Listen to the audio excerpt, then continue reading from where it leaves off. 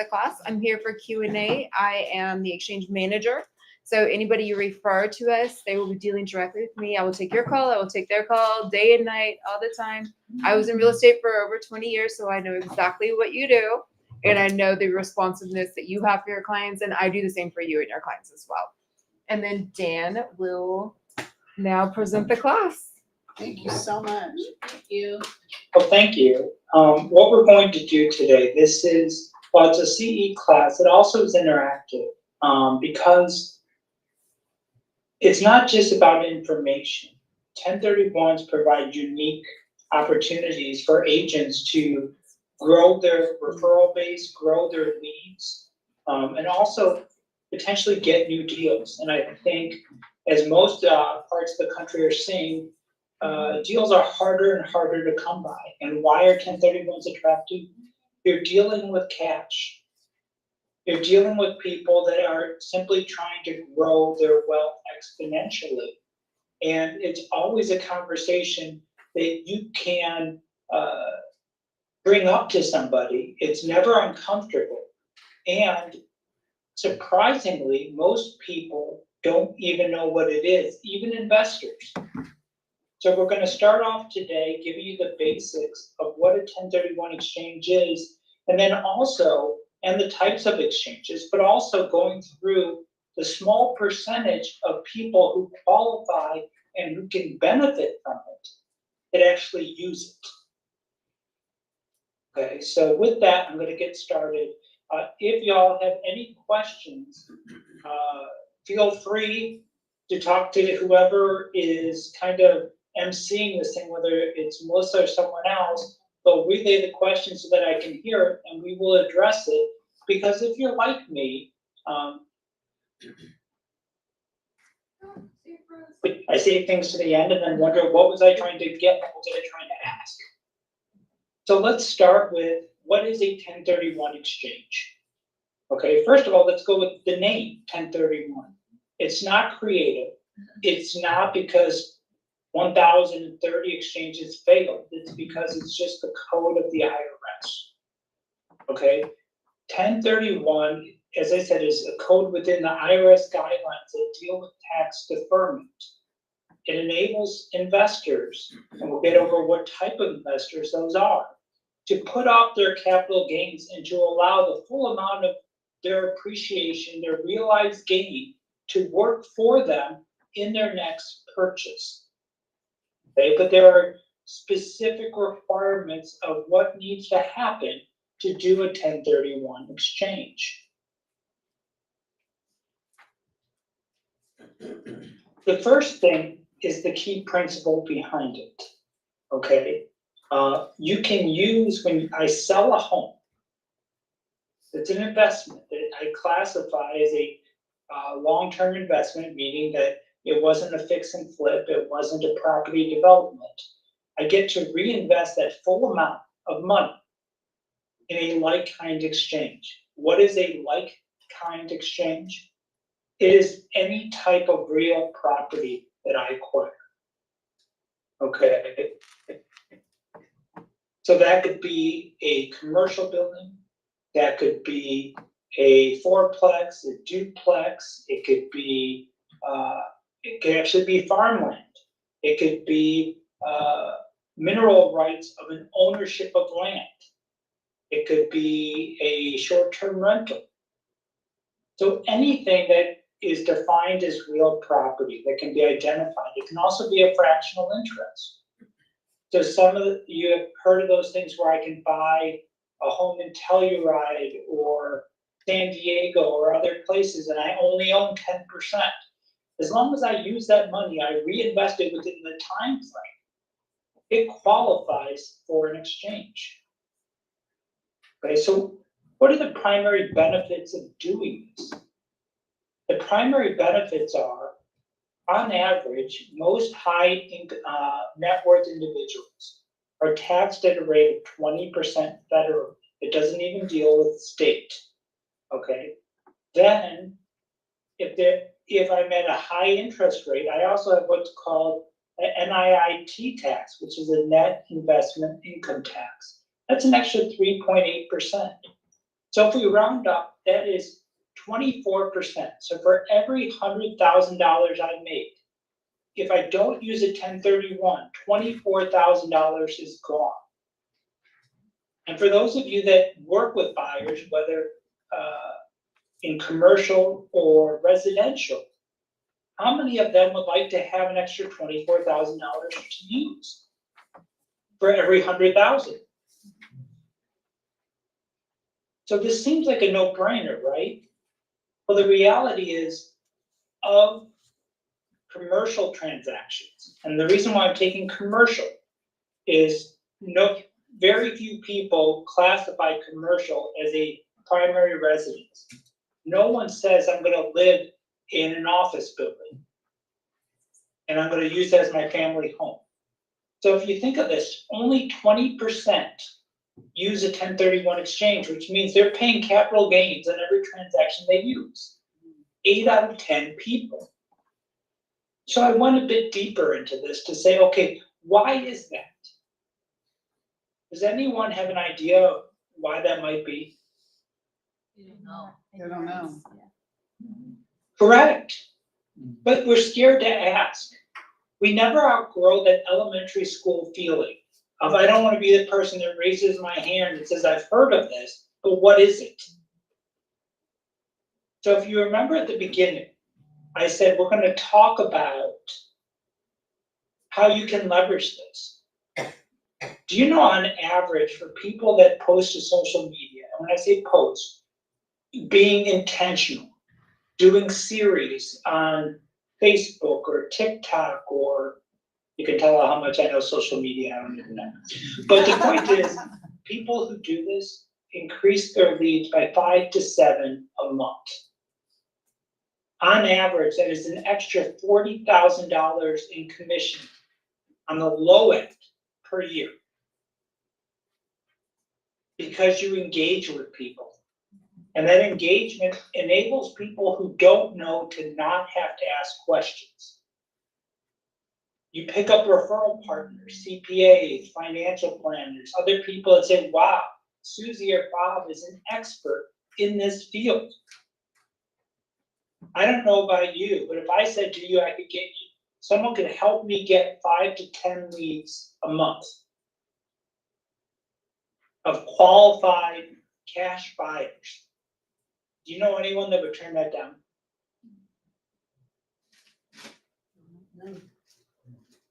I don't. We're all looking for where is my next deal coming? And the great thing is these are sticky leads.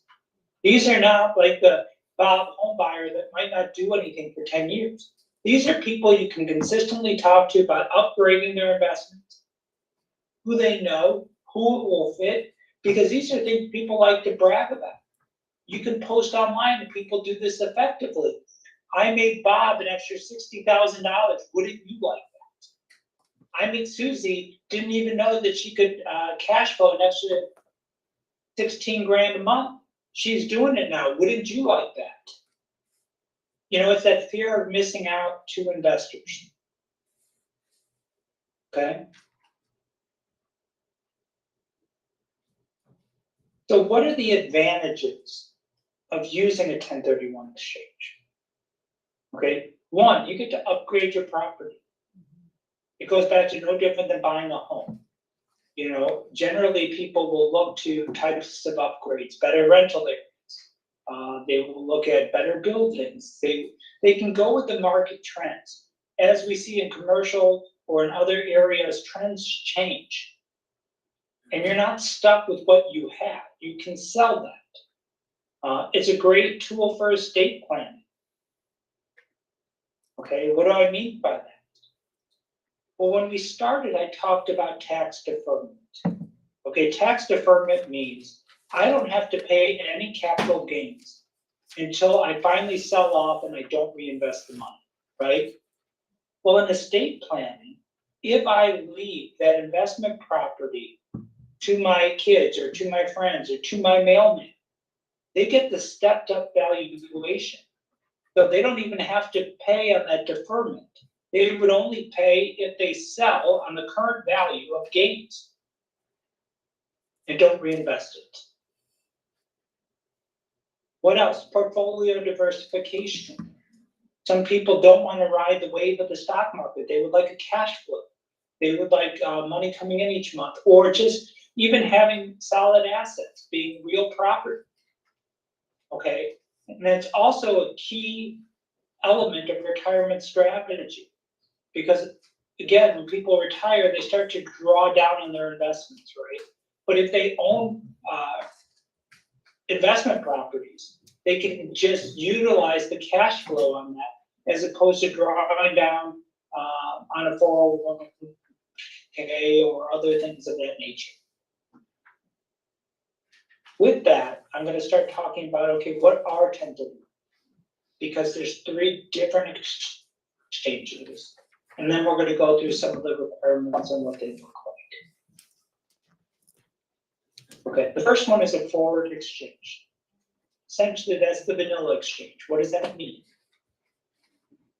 A property that is currently an investment that was a long-term investment. What I mean by that is there's no set timeline, okay, unless you're dealing with family members or other issues. It just means that the intent was to hold it as a rental or income vehicle, and now I'm selling it. Okay, so that's called my relinquished property that I'm selling. I then, after I close on that, I have 45 days to identify property or properties that I'm intending to purchase to reinvest the money. Okay, I'll keep it simple, and Melissa's a great source when you have more questions later to ask, okay, what does that look like? Is there a form? Okay, so you have 45 days. Now it's not an additional, but you have 180 days from the date of closing to then close on the property or properties that you wanted to reinvest in. That's called the replacement properties. That is a forward exchange. Very simple. What we're seeing more of right now is what's called a reverse exchange. Why? Because a lot of people feel like the great deals that you can have just come out of the blue. And they don't want to sell their property without identifying a new one. So they actually will close on the replacement property first. Okay, whether they get a loan on it, whether they lend themselves cash, whatever that looks like. They, again, have the same timeline, 45 days to identify the property they're selling, and 180 days from the date of the acquisition to close on the relinquished property or properties. Now keep in mind, these are not geographic. Somebody in Maine to buy a property in California. It just is a vehicle for real estate. So it's not state specific. If I sell in one town, I don't have to buy in another. The last type of exchange is the most complex and also the least known, okay? It's called an improvement exchange. And like the name says, it is buying a property or buying something and improving it. And these are capital type improvements. It's not lipstick on a pig, but it's actually putting in improvements. And we're going to go through that in a second. So what that enables me to do is to buy something that may need major or some work. And the work itself, I can use to offset my capital gains. Okay. Go into this. What are the qualifying improvements for that? Okay. Qualifying improvements, it could be ground up construction, it could be building additions, it could be major roofing, foundation work, HVAC, plumbing, electrical, driveway. You get the idea. So major improvements, but also soft costs, architectural engineering fees, permanent inspection fees, professional services like legal and a CPA, because people like me as an attorney have to be paid, environmental investigations. Okay. What are non-qualified? Things that I can't write off. Personal property, routine maintenance, landscaping, that's, unless it's integral. So if I get a property that's dirt, I can do landscaping. What they're talking about are flowers and shrubs and things of that nature. And when I say that you can't do that, there's a difference between going to your accountant for write-offs and offsetting capital gains. Those are two separate things. So when I'm talking about this now, I'm talking about your proceeds from one sale and investing into another, and what qualifies for that and what doesn't.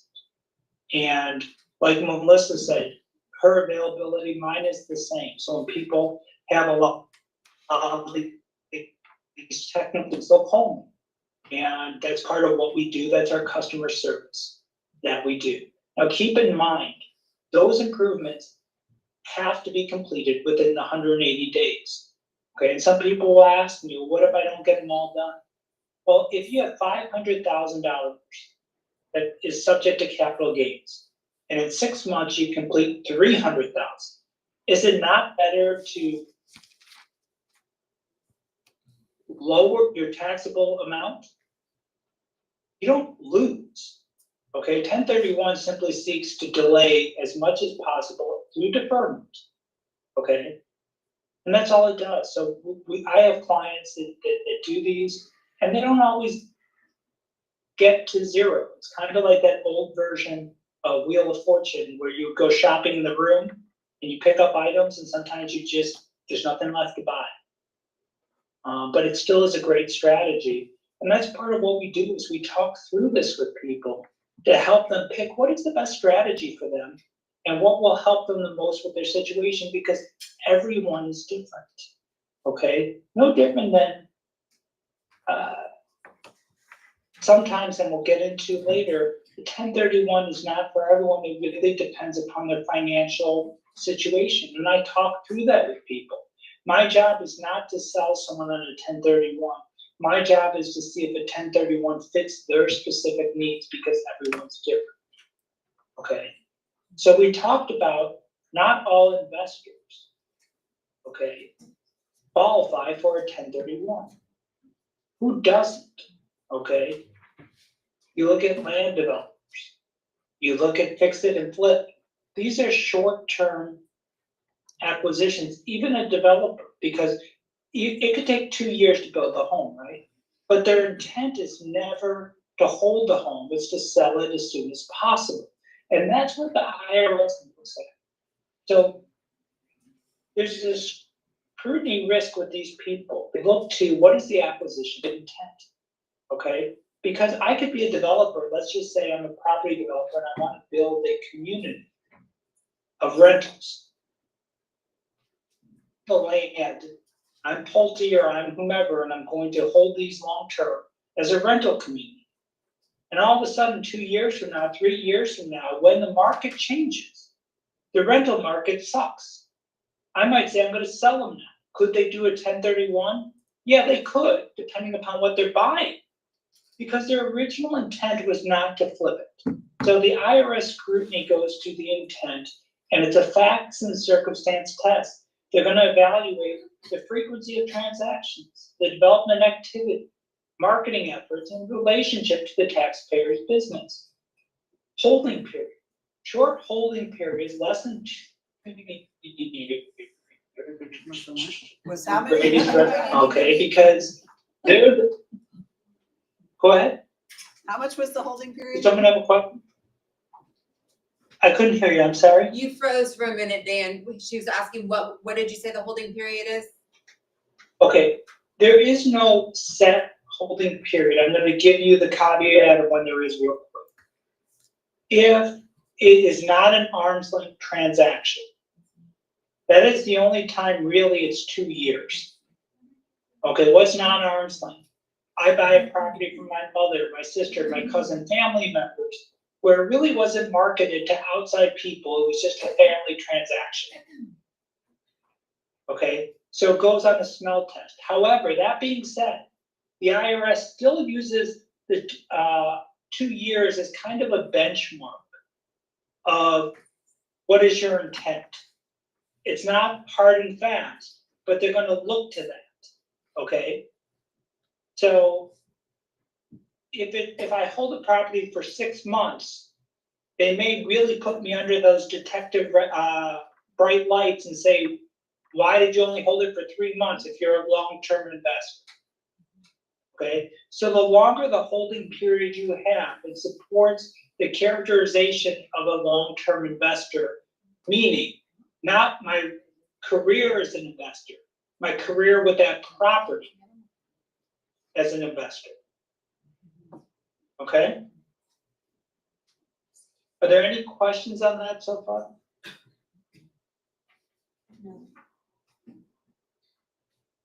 No. Okay. The next type of 1031 is kind of a hybrid. It's a Delaware statutory trust. Okay?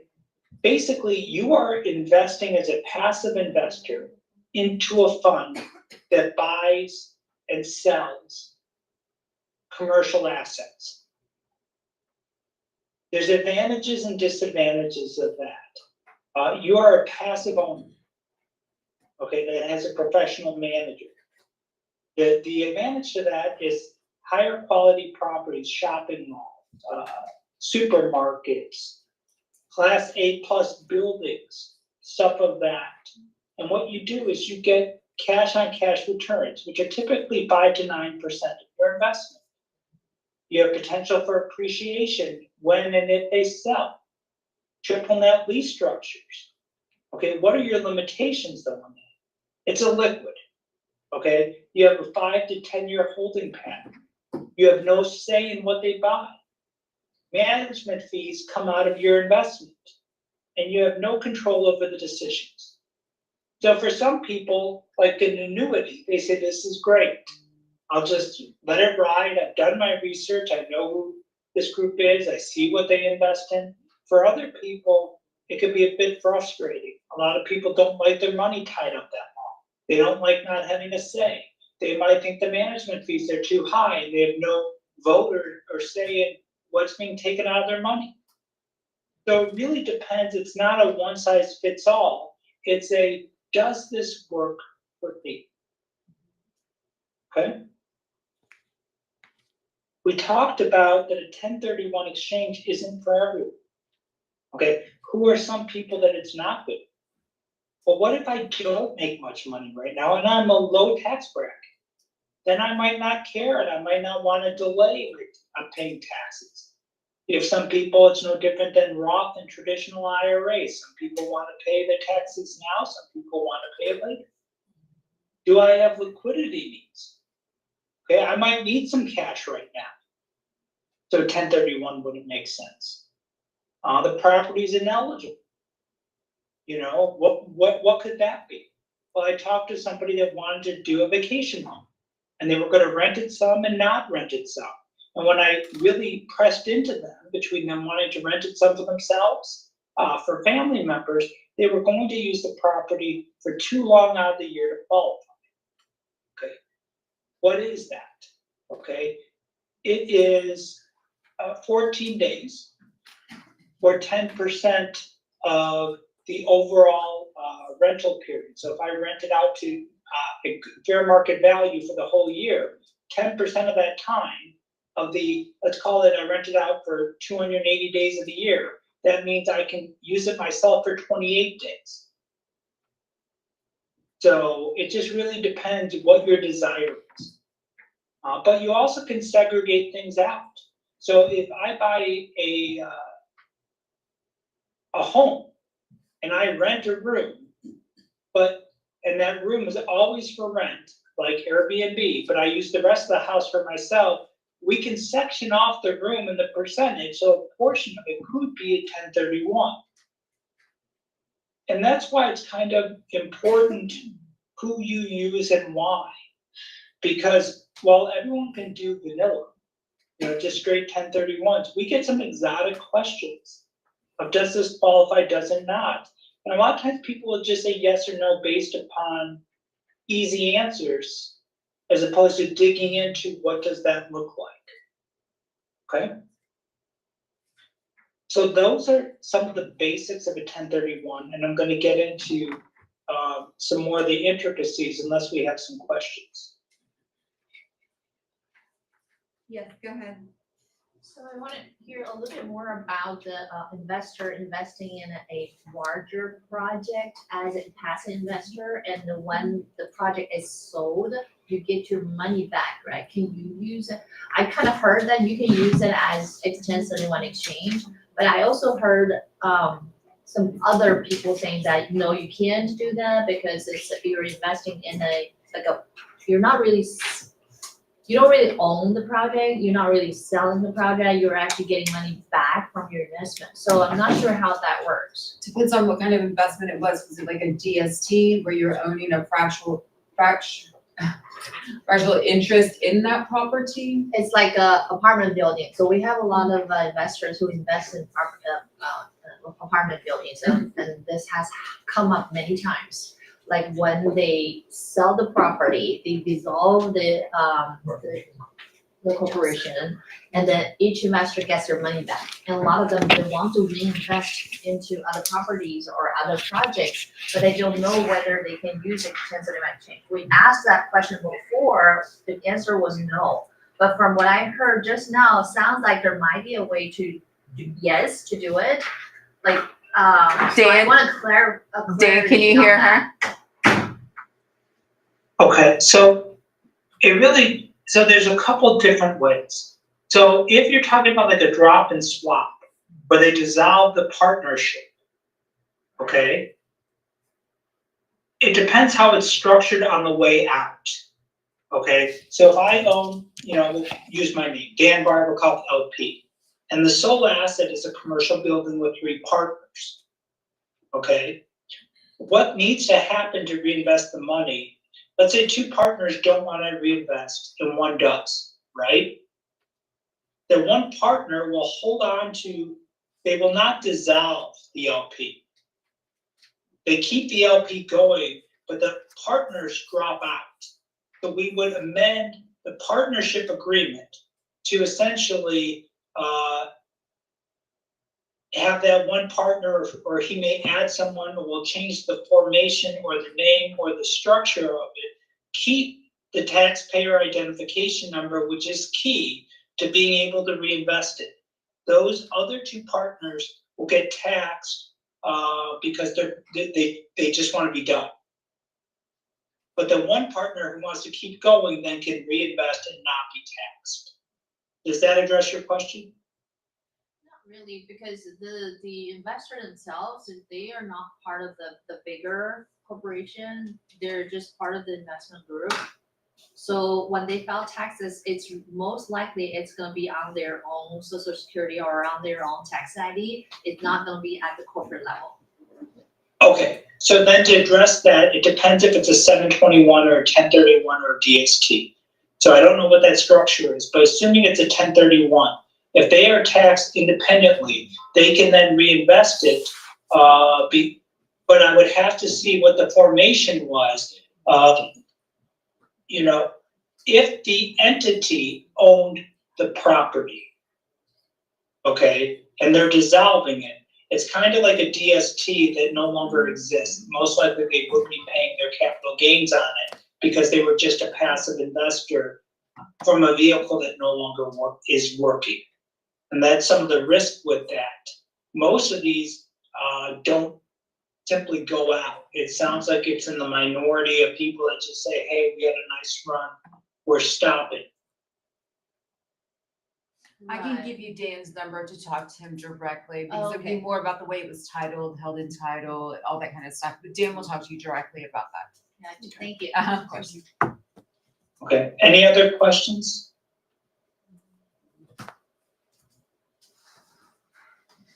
Okay.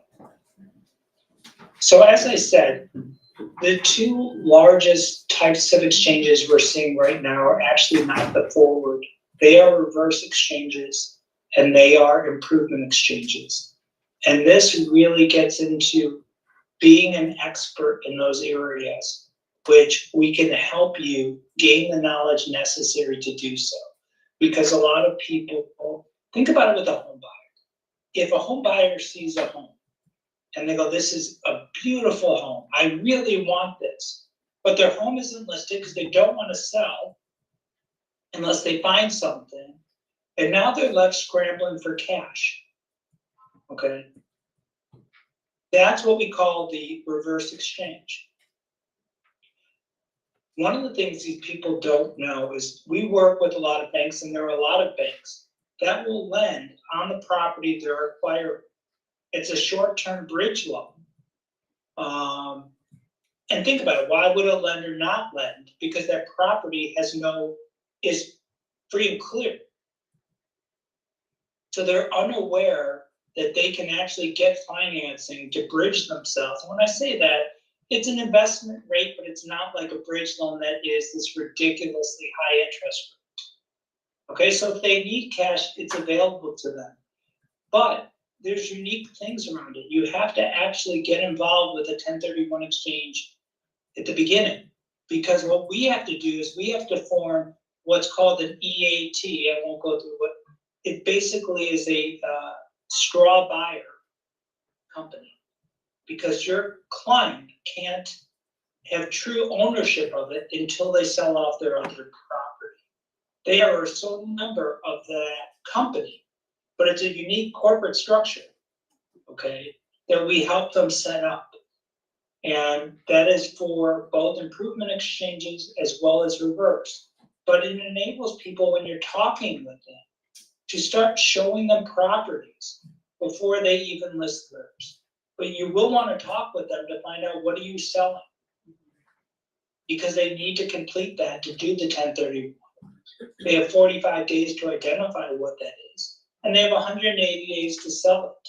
So you'll want to really press in with them, depending upon what the market time is. Is 180 days realistic? Do they want to list it today and just see they don't have to sell? But it gives them some options. So when you're talking or soliciting investors, because you're coming across great deals, you're seeing buildings or or fourplexes or duplexes, and it enables you to start marketing either to your sphere of influence or creating a new sphere of people that might be interested in opportunities. Okay? So you really want to understand the timelines, how that works, because we actually got a call, I think it was last week, on a Thursday, where they wanted to close on a Wednesday evening, and they wanted to close on Friday on a reverse exchange. And on a forward exchange, it's really easy to do. On a reverse exchange, we were left scrambling to make sure that we could meet the time frame, because there's a lot more work in legal documents that we have to put together to meet that need. On a replacement exchange, you really, on an improvement exchange, I really have to spend time talking to people about timelines, improvements, cash, what that looks like. Because 6 months with trades today goes by very quickly. So really mapping out what are the best things to attack first, what kind of bonds should we have for the workers, what does that look like? Because we actually work part and parcel with the taxpayer as the project manager. We handle all the draws, all the cash, because again, they can't touch any of the money. So all the money comes from us to them.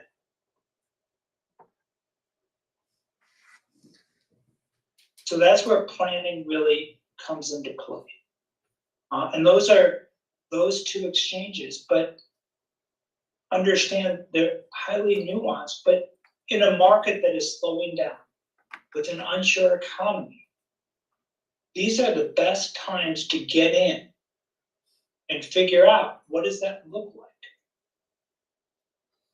Because there's great opportunities. You're getting better deals on certain buildings, certain properties. It enables you to scout and work.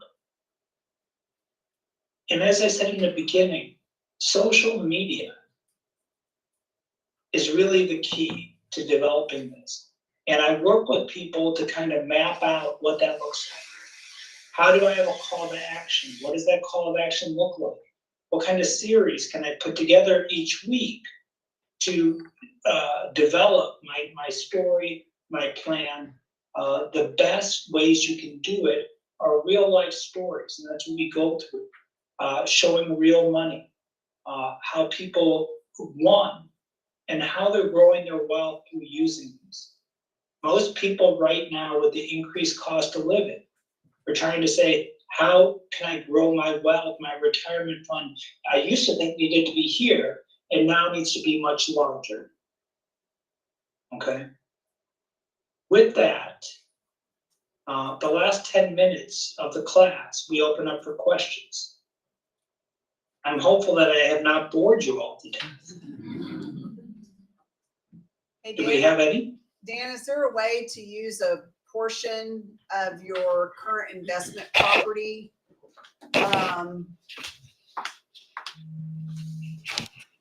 Equity in a 1031 exchange? So you're in essence kind of forfeiting that percent of ownership toward a 1031 exchange? I know that's a crazy question, but. No, it's not, but think about, you can't because you have to relinquish. Okay. And so relinquishing it is not to a lender. Right.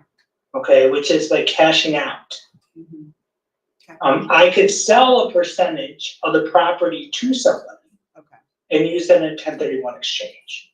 Okay. But I couldn't just take the money out of it.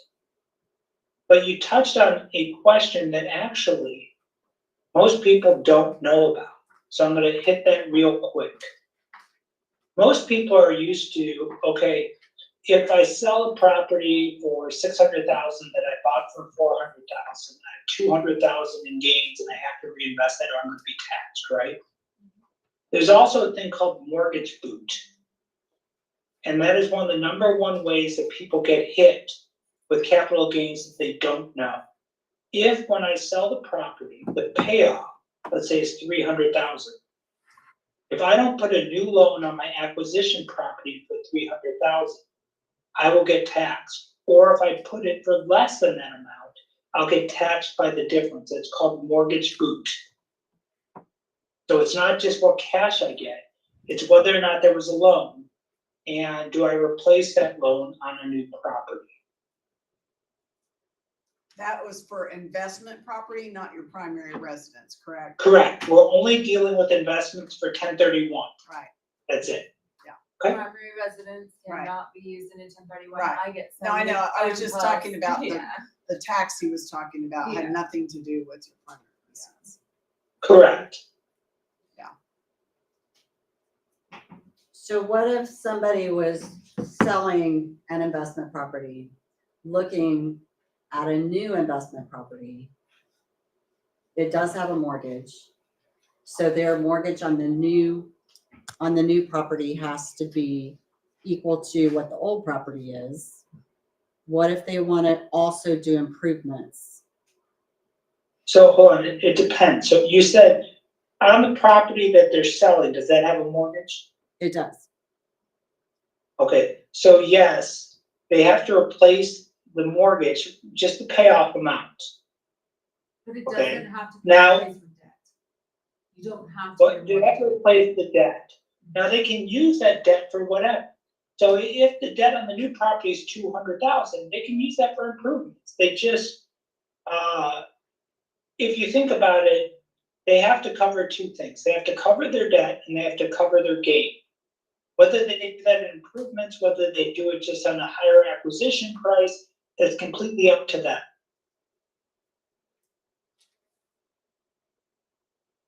Okay, Does that make sense? we're gonna be calling. So basically, say you're selling a property for $1 million, it has a $500,000 mortgage on it. You need to replace 1.5. You can do that however you want. You can do it with all cash. You don't have to take out a new loan to acquire the property. You can do it however you want. Correct, Dan? Yes. Well, no, because if they have a loan, they have to replace the debt. The debt. Because so- otherwise, Right. so they have to replace both. So in the 1.5, if 500 was on the old home, they have to put a $500,000 mortgage on the new home, but that was the payoff amount. And whatever the capital gains is. So if they bought the property for 800, and they're selling for $1 million, there's a $200,000 spread there, that's their gain. Their initial investment, they wouldn't be taxed on because that money is already post-tax use. It's the gain on the new property. But you can replace mortgage debt with cash. You don't have to take out a new loan, correct? No, they have to replace the debt. The debt amount, but it doesn't have to be replaced mortgage for mortgage, just the amount. So if they wanted to put cash into it instead of getting a new loan, you can do that. It's the They amount. could put down, not for the instance, debt. a $500,000 down payment as opposed to a $500,000 Cash out of loan. pocket. Yeah, You don't have to do so the value is there. the just value. The source is that. You can different. replace mortgage debt with cash, yes. Okay. It's also no. Yes, it's, Yeah. that's. Can you replace that with Any other improvements? questions? Can you replace that with improvements? Let's say he's looking at like an RV park and the septic system needs to be replaced and he happens to be a septic guy. So he's gonna buy this, revamp the septic, which is gonna have a cost to it. That's not part of a 1031. Yeah, they can unless you use- do an improve. They can use improvement money. They just have that 180-day clock. Yeah, okay. We're still gonna be calling. Call. Exactly. Section of budget right now. There's a Yes, lot of specifics. Yes. So, got you. I'm doing an RV park right now with somebody. are you? And then another one with 13 townhomes selling at one time. Nice. Okay, that's fun.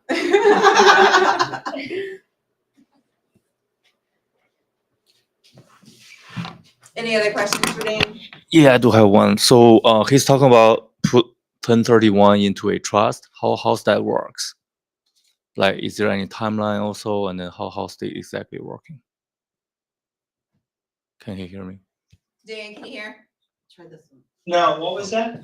So you're talking about put the 1031 into a trust, and then how this? No. A DST is a vehicle, okay? So it's not putting it into a trust.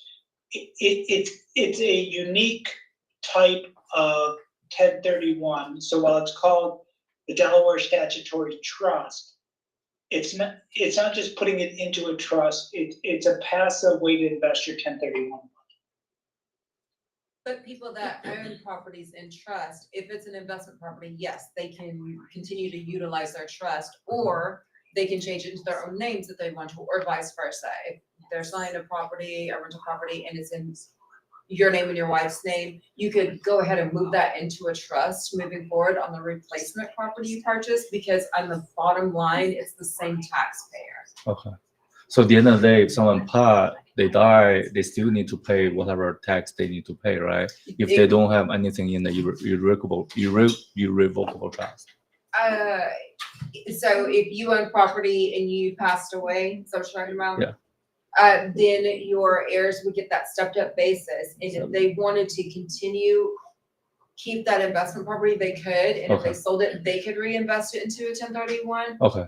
But So- if they sold it and were not reinvesting Okay. and utilizing a 1031, then yes, they would have to pay taxes, but it would be a Okay. stepped up basis, which I don't really talk about taxes, Dan does. Okay. Because I don't do it. Okay, Alright. so basically, they don't start over. So like if my first property was 200,000,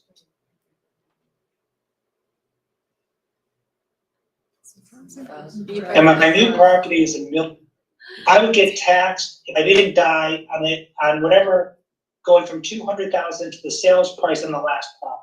Does that make sense? If I do die, my heirs, and I don't reinvest it, the new base price would be $1 million, because that's what I bought the last property for. And if I sell it for 1.2, only 200,000 would be taxed versus $1 million. So that's what you call a stepped up basis. 800,000 in taxes was wiped away due to debt. Or debt, pardon me, not debt. Does that make sense? Yes. Okay. So that's why if you have somebody who's about to pass away or whatever, instead of liquidating all their assets or granting them to their heirs prior to death, then they start with that valuation then, as opposed to a transfer upon death, then it starts with that step up basis. Correct? Correct. Yes. I thought he was frozen. Still talking, being frozen. You can still hear you. All good. Any other questions? Nope. All right, I think we're good, Dan. Thank you, Dan. Okay, well, thank you you. guys, and Melissa will give out my information if anyone wants to call or talk or anything like this. I'm always available and really appreciate the opportunity to be with you guys today. Thank you. Thank you. Thank you. Sorry for the freezing issues, but yes, everybody has my card. Call me anytime, text me, especially with the specifics. Anything you need, just let me know. Up next, we have. We're already working on some We are exchanges. working on things together already, yes. So she's a QI. Melissa does facilitates, handles all the paperwork for the exchanges. I am not a QI, but I have properties that are 1031 compatible. And a lot of realtors like getting, or most of them like getting paid twice. And here's how that would work. If you sell an investor's duplex and you tell him he doesn't know anything about a 1031, we call Melissa and say, Melissa can handle the 1031, she'll do all your paperwork. Bob has a mineral property. Maybe they're up in age. They don't want to deal with tenants. They don't want to deal with toilets. They're looking for a higher rate of return. My Callahan property is paying $4,000 per month at $100,000 purchase. I put it at 100,000 because most of these exchanges are going to be higher. So that number could be scaled up. So at 200,000, they're going to get 8,000 a month. At 300,000, they're going to get 12,000 a month. 15% of this money is tax free. So I pay agents 3%, just like on any normal transaction. I'll do she does all the paperwork. I'll walk them through the mineral deed. If they buy the mineral deed, you got paid on the sale of the duplex or apartment complex. I'm paying you again when they roll into a mineral deed. The reason they're going to want to go into a mineral deed, they don't want to deal with the tenants, the toilets, the property taxes, the maintenance, the headaches. This is a passive revenue. They're going to get a check directly from Exxon, Chevron, Conoco every month. And it's from the production of the oil wells on the acreage that they're going to get a deed to. I currently hold title to several properties in the Permian Basin. I've been doing this for 20 years. So I've got a lot of clients that are getting checks every month from Exxon, from Conoco. They're in direct pay. They have a deed to that acreage. They can 1031 into a mineral deed. They could 1031 back out. Most of my clients just sit on them and collect checks. These are 25 plus year income streams, and you're looking at a multiple return, 5 to 10 times your money back. I've got a client that placed $250,000 with me about 10 to 12 years ago. So far, he's collected $1 million.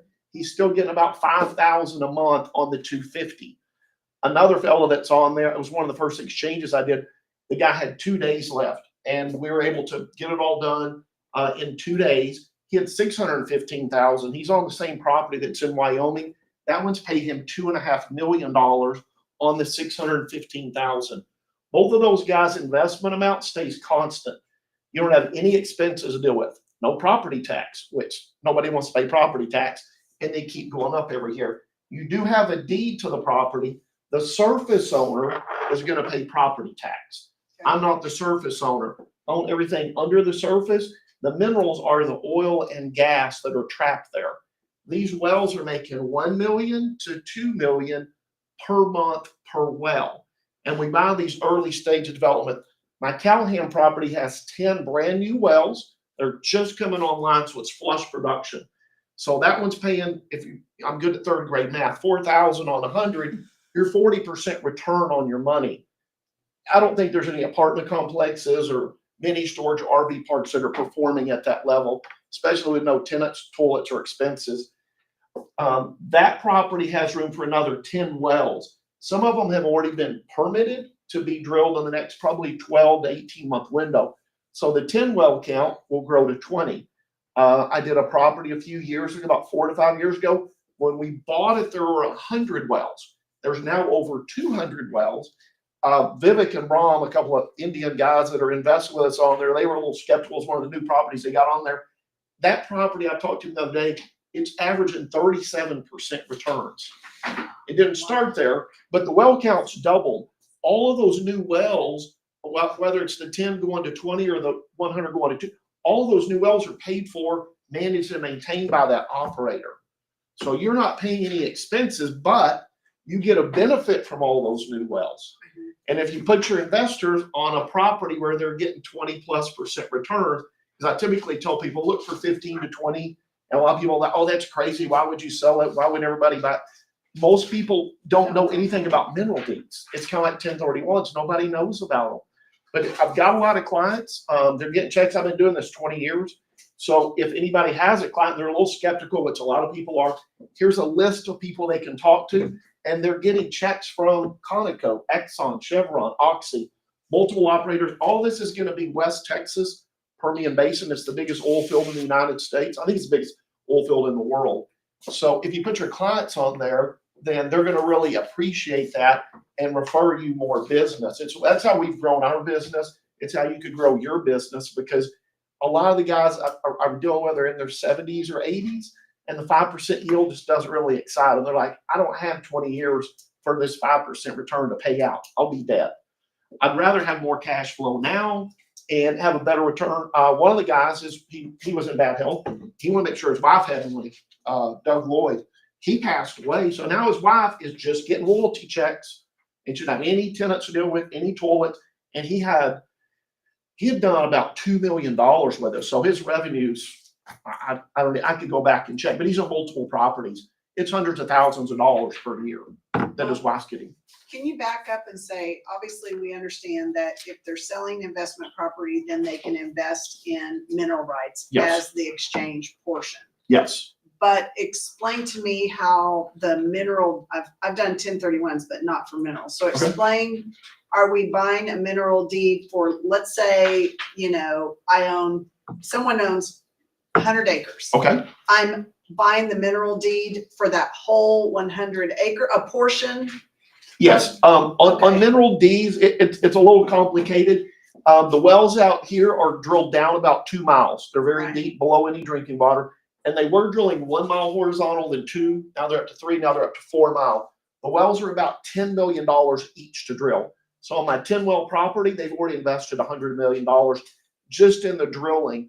All these operators lease it, but you may own 100 acres, but those wells that are 4 miles long, Go out. they've leased Beyond that. 1 section, 2 sections, 640 acres.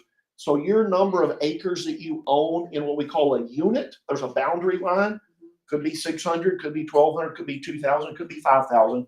Whatever percentage of your acreage you own is going to determine what your check is. Okay. But again, all these properties I'm delivering to my clients, they're seeing 15 to 20% returns and better. I had another client down in Dripping Springs. The guy was land rich, cash poor. Tesla and Samsung came in, bought up a lot of land down there. They built a big Tesla factory. He had some cattle out there. He didn't have a lot of money, but he had a good piece of land. He put $500,000 with me. He told all of his friends, and they all said, "Oh, you got scammed. It's a drilling deal. You've lost your money. You better call and get a refund. It's a bad investment." I said, "Sam, I can buy you out of the deal. But you've got a big check coming in 2 weeks. I'll put it in writing to you. If you don't like the check you get in 2 weeks, I'll buy you out of the deal." It was a multi-month check. It was more than 30 days of income. That check on the 500 was a little over 100,000. That was his first check.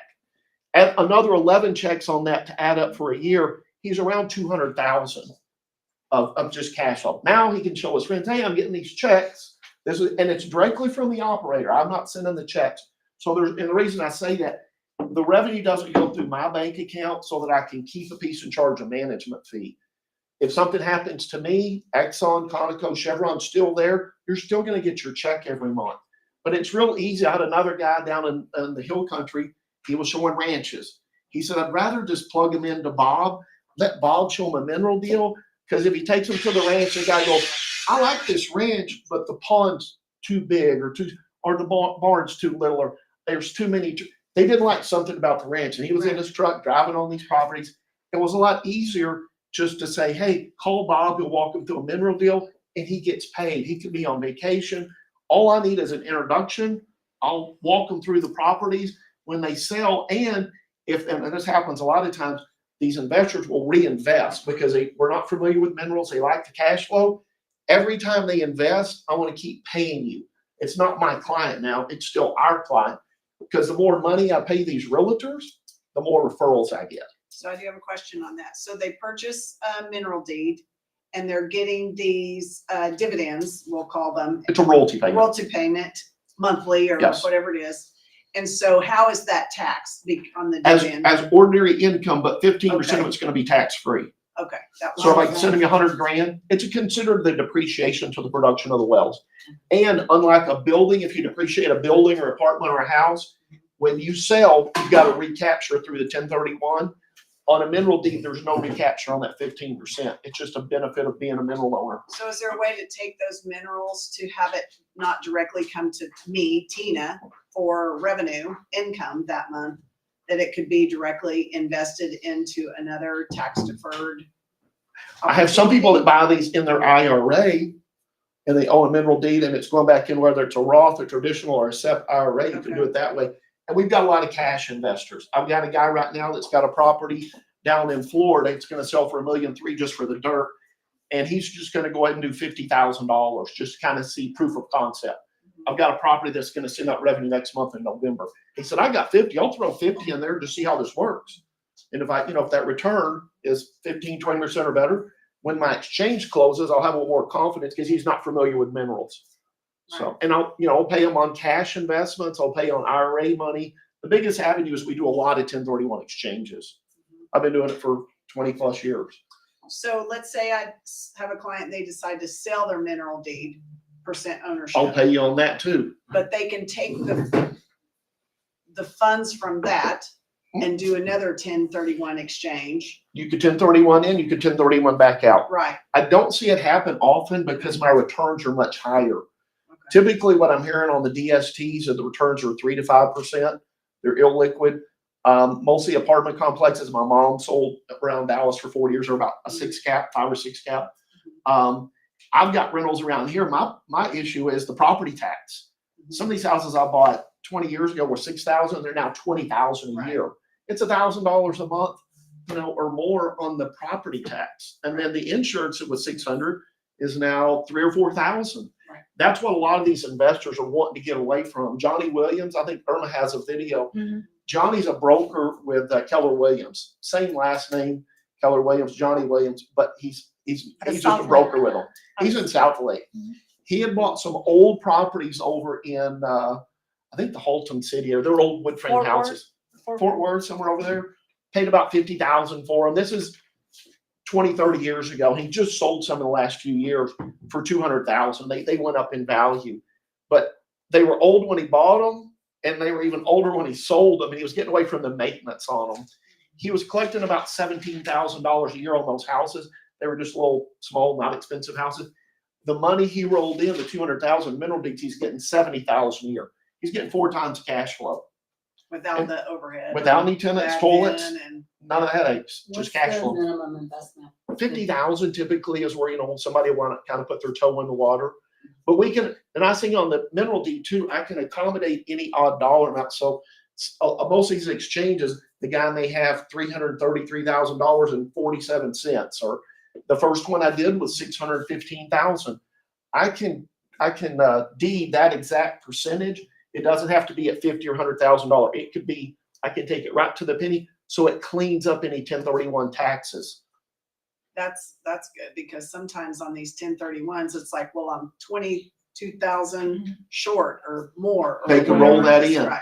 Yeah, now a lot of times, like I've got one now, the guy's got $1.3 million, and he's gonna park part of that in a brick and mortar again, but he's have some leftover boot money. He doesn't want to pay tax, and he can throw that. It's a way to diversify. Maybe they've got a lot of brick and mortar, but they want to own some minerals to see better cash flow. Right. And I'll pay you on the boot. I'll pay you on all, because again, the more I pay out to the realtors, the more business it creates. Everybody likes getting paid. Right. But when you're selling their duplex or selling their investment property, say, hey, here's a place. I don't know if you know about minerals, but call Bob and I'll walk them through a mineral.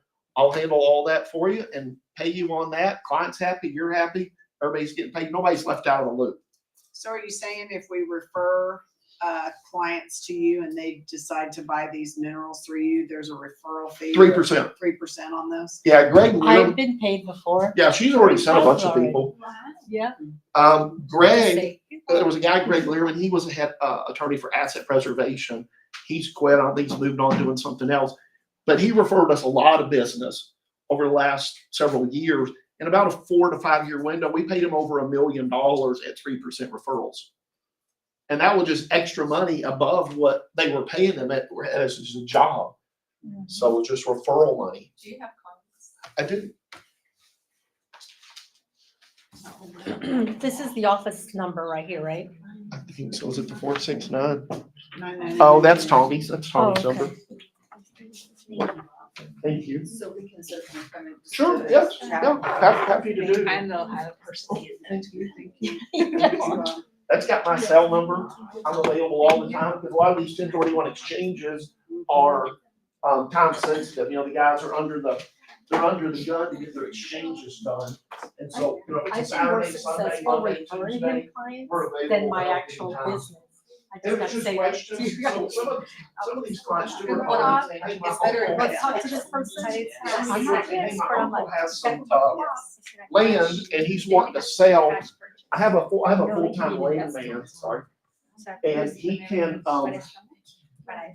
look up any of the mineral deeds anywhere and see what wells are drilled there, because we'll pay you too if you have somebody that's wanting to sell minerals. That's How what, are you determining the location? Because like if I'm gonna go 1031 from this location to that, then I know it's at 123 Elm or whatever. it's a But if legal I'm- description. Okay, Yeah, it'll be block and section southeast corner of Johnson County or Midland County. So they're gonna get a deed from that county clerk. And they'll just have the legal description and the number of acres. Okay, so Yoshi over here had a really great Sure. question. And she's like, can it be cash or? Sure. This is My name Yoshi. is Yoshi. Hi, Yoshi. The only thing I know about mineral rights is that when someone buys a house, they don't own the mineral rights. You most could. likely. Most likely, yes. Most likely. I helped a client buy about 130 acres in Broadus, Uh-huh. and we don't know who, like, how Call can me. we find out? I who can owns the handle that for you. I minerals? can look it up. A lot of times the mineral deed and the surface owner have been separated. Sometimes they're the same. But that happened over in Arlington 15, 20, it was something called the Barnett Shale. And it was a big gap. And so some of these neighborhoods, when they got the deed to their house, they actually got the minerals and they were getting checks, you know, off of their quarter acre, whatever their lot size was. It wasn't big, but a lot of times the minerals have been separated from the surface. You know, we don't deal with surface because I don't want to mow it. I don't want to maintain it. I don't want to pay property tax. I don't have any of the headaches. Yeah. This is truly just passive income. And again, it's early stage. The 100 well going into 200, the 10 wells going into 20 or 30. So I want those new wells because it'll offset any kind of decline in production or price. As my well count doubles or triples, the value will go up too. You'll have that appreciation factor. And for example, to buy or to invest, does it have to be cash or it can be financed as well? It depends on your bank. If you have a banker, just like buying a house, it's going to depend on your credit. Okay. There's banks that loan on minerals. Yes. Okay. That would just be depending on who your relationship. My understanding of this model is to buy the land, however, the land has some kind of lease. It is. To the, I guess the oil company. Yes. So when you buy the land and when you get the money, you're saying the money is coming from the Oil wells that are oil pumping. well companies. So do you also have to kind of sign the lease individually with the oil company? Yes, the land's been leased by Exxon, Chevron, Conoco previously. So all the lease terms are already in place. That all stays intact. Typically, the split is 75% of that gross revenue is going to go to Exxon or Conoco, whoever the operator. 25% of the gross revenue, it's important, gross, not net. Before any expenses come out, the mineral owner's first in line to get paid. So the property's making $1 million a month and you get $250, you're getting 25% of that. Rather than saying, well, my electricity cost was $100,000 and my pumper charged me $50,000 and now that $1 million is shrunk down to $600,000. No, you're pulling from gross revenue, not net revenue. It's a bigger piece of the pie. You want it that way. But I mean, Exxon's taking the lion's share. You want them to have, otherwise they're gonna have a vested interest. Why would they go drill if they're paying the mineral owner and they're not making money? They're the experts. They drill the wells, manage, maintain, and you just sit back and collect checks, or your investors do. How, so when, I'm sorry, sorry. so when you buy the property, how do you know the lease is already there or not, or how much you're getting? The lease is already in place, all those terms. I can show you the lease. I have a copy of the lease on all the properties. Already have that, yes. And also, if you remember on your 1 to 4 family contract under paragraph 4, that if you have a seller who has a known lease in place, right, then they have to state whether it's a residential lease, a fixture lease, or a natural resource lease. So that could be, and I'll just state it how it's saying on here, oil, gas, mineral, geothermal, water, wind, or other natural resource lease. So if the seller has any portion of that they currently know that they own and a lease is in place, then they have to disclose that to the new buyer. So if it's Exxon or whoever it is, right? And they can't establish a new lease. Let's say Shelley sells me this property and then behind my back, she goes and establishes a lease with somebody that, or you know what I mean? Like she can't go and. Yeah, it can't be changed secretively after. keep- And you don't want to. You don't want, these leases are all, again, there's a term called HBP, held by production. The Wolfcamp and the Spraberry are the two main formations. In those, there's an upper, lower, and a middle. There's about 10 different stacked, like a stack of pancakes. There's not just oil at 5,000 foot or 10,000. There's oil at different intervals where it's trapped. That operator's going to drill down to the deepest, produce all that oil, put a bridge plug, block that off, move up hole, and work his way towards the surface. Because if they started at the surface, you would have to put cement to block that. But if you block off that lowest zone, the only way that oil can do is go back up the wellbore back to the surface. And they'll come back and re-stimulate or refrac, rework these wells. About every 5 or 6, 7 years, they're going to come back in and do some work, and it'll boost the production back up on these wells. What we've been seeing out here, because we bought over 300 tracts, every 3 to 4 years, the operators are coming back and drilling a new round of wells. So the way these leases work, they're held by production, HBP. They'll come drill 5 wells. Those 5 wells may hold 2,000 acres. There may be room for another 20 or 30 wells to be drilled, but those first 5 are holding all of that 2,000 acreage. And over time, they're going to come back and drill it, because these operators lease thousands, tens of thousands of acres. They don't have enough manpower and equipment to go drill all those wells in 6 months or a year. But over time, and I want it that way, I want that 10 well online, kicking me good, strong cash flow, 20% returns or better. In year 3 or 4, they're drilling another 20, 3 or 4, they're drilling more and more wells on that acreage. Because my mineral deed is not for that well, it's for the area. Yeah, yes, you're gonna have, they don't have to drill the well right on top of your 10 acres. As long as you're in the boundary line, they can never drill a well on yours, but you're gonna get a check because you're one of the mineral owners in that, what we call a unit. Right. Yep. I'm sorry. It sounds like an amazing investment. What are the risks involved in it? The big variable is gonna be the price of oil and gas moves up and down. That, and again, that's why I buy 10 wells that are growing to 20 or 30. I can't control the price of oil and gas. Neither can Exxon. But if you see a big dip in pricing, oil drops to $20 a barrel, all the operators choke their wells back and they slow the drilling schedules down. The price of oil comes back up and then they jump back in and start drilling again. It's always had peaks and valleys, kind of like the stock market, kind of like the real estate market. Sometimes there's a hot market. Right now, I think things are cooling a little bit in the real estate world. I think if the interest rates would drop, I think that would help.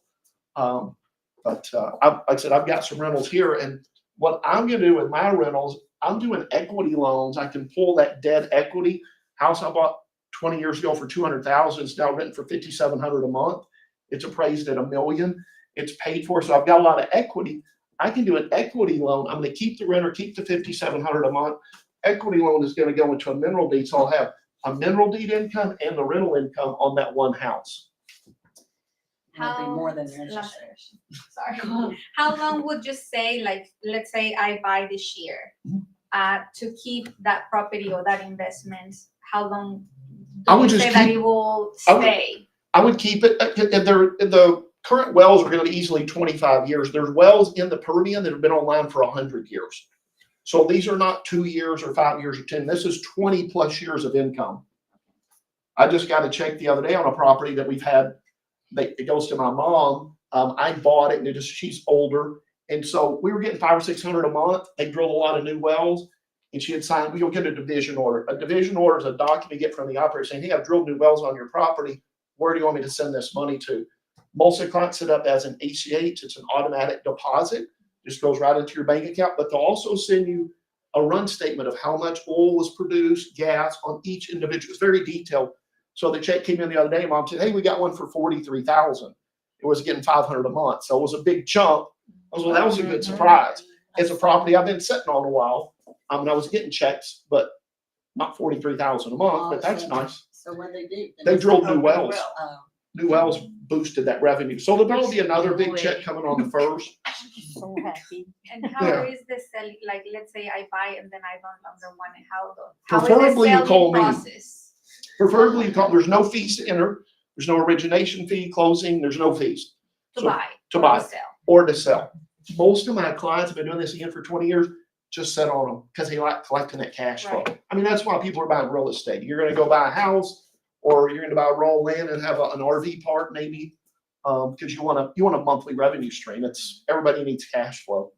And what is the process from, let's say, I tell you I have a client, he wants to buy now, the process from like closing or, Very quick. I can close in a day. I've got all these properties here. I have in current inventory. So if somebody calls me and says, hey, I need to close on this on Thursday, I can do that. We draft all the documents. They identify it. I've got an identification page. They send that to the QI, Melissa. She puts that in as one of their properties they've identified. And then they have the money they fund to us. I just had a guy that sold a ranch up in Decatur and he just put $1 million. His mom's on a property called the Frank Units, one we sold maybe a year ago. She was getting, I think, 2,000 a month, and it's about to go to 4. They just drilled 9 new wells on her property. So he sold this ranch. I think the owner financed to him for 300,000 or 400,000. It just sold for 4.9 million. He took 2 million out in cash, Cody, and I said, Cody, that's going to cost you 500,000. There's no way around paying that 500. But him and his wife wanted to have a lump of cash, 2 million, just sitting in case of an emergency or something. I don't know, but I said, you should have left it in the exchange, and because they were going to go buy another ranch. They had 310 acres. They sold 70 a while back ago, and they just sold the other 240. But he sold it for 5 million. He had bought it for like 300. I've got a lady right now. She's got a very beautiful ranch. She hit a home run. She had bought a property down in Dripping Springs 30 years ago, been a while, for about $100,000. It was 92 acres. I think it was 115 grand. It just sold for 7.5 million. So she put 500, 500, and 500. She put $1.5 million with us. So she's getting checks on 3 different properties. She's on the Frank unit. So she's about to get a big boost. One of those about to double in revenue for her. She's now wanting to sell her ranch because her husband or boyfriend, I think it was a living boyfriend. She's an older elderly lady. He had passed. And so she don't want to be on that 100 acres. So she's a motivated seller. If any of you guys know anybody looking for a nice ranch, and then Arma's got information on that one. And I've got a guy that did police cars. He did all the sirens and horns and lights. He had the business for, I think, 30 years, sold it. He's got a commercial property in Van Alstine. Van Alstine and the other in Gunther. And he's motivated because I talked to him and he said, hey man, I had my business, I had good cash flow. Now I've got these 2 pieces of commercial property. I want to sell them. So if you know anybody wanting to buy dirt in Van Alstine or Gunther or looking for a really, she's got the roast. The ranch is beautiful, lakes on it and trees. Where's the And ranch at? Giddings. Giddings, Texas. I think it's, Near Bastrop? Is yeah, it? I think so. And it's a little over 100 acres. She's got Yeah, I got the list. she's got the link to it. It's a really nice, I'm sorry. if nobody has a question, I do have another one. Yes, ma'am. I always have questions. Sure. In mineral rights, when is a good time to buy? Right now is a good time to 20 buy. years Like, ago. how do you measure when it's a good time? Well, right now, oil's around $60 a barrel. If it was at $100 a barrel, it's not buying a stock. You'd be kind of buying at the top. The historical high, been in the business for 20 years, $147 and change is the very highest price we've ever seen for crude oil. I wouldn't advise buying at 147. Yeah. Because the only place for it to go is down. But at $60 oil, it's easy for it to be back to 70, 80, or 100. And natural gas, we had a property in Louisiana that we bought at $3. All of the futures prices for natural gas are saying it's going to $5. So that'll almost double the revenue on that. That'll definitely speed up the drilling schedule. That one is in Louisiana Parish. It's in the DeSoto, Louisiana, DeSoto Parish. Okay, you brought up a good point, and so with the stock, I can put on there, I'm gonna buy at X price, you know what I mean? Or I'm gonna sell at X price. So if I'm gonna invest in oil, is there a, hey, here's my money and I'm gonna come in at a certain price? When the price goes up, there's a lot more drilling, but again, I wouldn't want to buy something like the real estate market here was hotter maybe a year or 2 years ago. And my business partner bought a lot of houses, about like 20 houses. I said, you're buying at the top of the market. And of course it dropped. And I was like, man, I got to get rid of this stuff. So right now at 60 is a good place, I think, to buy because there's plenty of room to move up. If oil were to dip from 60 to say 30 or 40, the operators are going to choke wells back. They're going to slow production. Right. They want it back at 60 or higher. So right now is really a good time to buy because you're not at 100. We could see 100 in the next couple of years. Really, that's a global market with oil. Natural gas was more of a domestic. We weren't importing or exporting a lot of natural gas. Now we are. But crude oil, you're looking at a global demand. That we're shipping a lot to South America, India, China. I mean, they're shipping crude oil. That's billions of dollars. Price the property, because if you have $100,000, are you just set to have 1 acre, 100 acre, or? It depends on the property. On 100 acre, 100,000 may buy you 10 acres. Another it may buy you 2.5 acres. Really, each property is different. It's in the cash flow, just like an apartment complex sets that value. If you go look at a rent roll for an apartment complex, that's going to tell you what you want to pay for that property, or an RV park, or a mini storage. So for the property you're buying, you actually look at the income of that property Sure. to determine the price? Yeah, that's gonna, because I want to deliver this again where your client's getting 15 to 20% or better. The Callahan's paying about $4,000 a month. It's a really good property. Revenue goes out on that next month in November. So it's a real quick turnaround to see cash flow back, whether it's cash, 1031 or IRA money. So if I bring a client, you will have different properties for them to choose from? Yes, because a lot of times these are $1 million exchanges. And so my suggestion is, and it's a suggestion, let's put you in 3 or 4 different properties. Because if you own 10,000 acres versus 2,000 acres, the likelihood of a new well being added sooner is going to be greater because your exposure of acreage, you have 10,000 rather than, you're going to have more acreage in multiple properties. It's diversified, but some are going to grow faster than others. Some have a little more crude oil, some have a little more natural gas. Some operators are a little better than others. Exxon's really good. There's a few smaller ones, one called SEM. We have another one, Apache. Apache's publicly traded. There's multiple operators. This is going to be the best. It is the best oil field here in the United States. So if you're going to buy real estate, you want to buy in the best location. It's like buying Highland Park or Lancaster, Texas. It's 2 different total markets. Right. Everything here is going to be Highland Park in the Permian.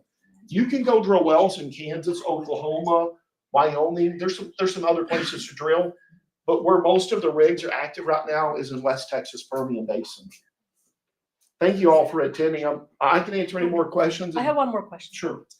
Okay, so I know there's some risk involved. Some people ask, what are the risks? And what if, like, for example, like if something happened to the operator, like lightning, I mean, very low likely to happen, but what if that something was to happen to the operator, like I'm sure. Well, we had one operator. We bought a property a few years ago. A company called Jagged Peak. They're big. They're multi-million. They drilled 5 new wells in the Permian, and I think it was Parsley came out and said, "Hey, we like what you've done. We're going to buy your whole operation." All the lease terms stayed intact, so everybody's check went from a Jagged Peak check to a Parsley, or so the bigger fish kind of in the pond. They just bought their operation, and that's a good thing because that usually means they're going to speed up the drilling schedule. They don't want to pay for that property and just leave the 5 wells. Now they own that, the way to monetize and get their money back, let's go drill 20 more wells, because acreage is already proven up. The Wolfcamp and Sprayberry is a blanket formation. It covers about 12 counties. So they know when they drill down, it's there, they're gonna drill into it. In those two, there's an upper, lower, and a middle. So really, there's 6 different pay zones in the Wolfcamp and the Sprayberry. And if you Google Wolfcamp and Sprayberry, I think Google says 25 to 100 years. Doesn't mean you gotta hold it that long, but those are the 2 main zones that they're drilling into. There's other zones in the Permian, but those are the main. The wells are making $1 million to $2 million a month. So if it's 10 million to drill, then you got a pretty quick turnaround getting that money. Exxon and Chevron, and we're just kind of riding their coattails. Any other questions, or anybody that wants to do a Zoom call, or any questions about land that somebody may have? Be happy to do that. Thank you all for coming by and hanging out with us. And she's got your Melissa has everything for the CE credits. So she'll take care of, if you give her your number. And also please stick around because lunch will be here shortly. Very shortly. 12:30, or sooner. Yes, Stick he's around. almost back. He's bringing lunch. Uber. And Uber Eats. he'll be able to introduce himself as well. He's with Cambridge. It's Milberto Diaz. He's with Cambridge Insurance, which is a sister company of ours. FNX 1031 is owned by Capital Title, the same company Capital Title is owned by, Shattuck Companies. And so he's with the sister company as well, Cambridge Perfect. Insurance. And I will tell you just from personal experience, because I just did a cash out refi on my home. He saved me $1,500 a year.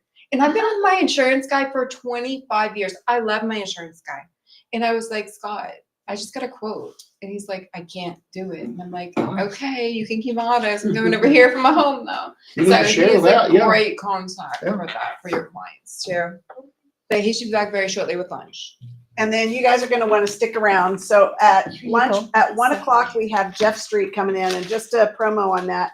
He's gonna share with us a new approach for mastering multiple income streams and revenue for your post-closing revenue opportunities. So he's gonna go into more details. I don't wanna spoil his thunder, but trust me, you're gonna wanna invest that 30 minutes here at 1 o'clock to hear what Jeff has to say, to add value, whether you're in lending, minerals, 1031, realtor, or whatever, okay? So you need a potty break or make a call, and then we're gonna have lunch and our class at 1. Nobody go anywhere. It'll be worth your time.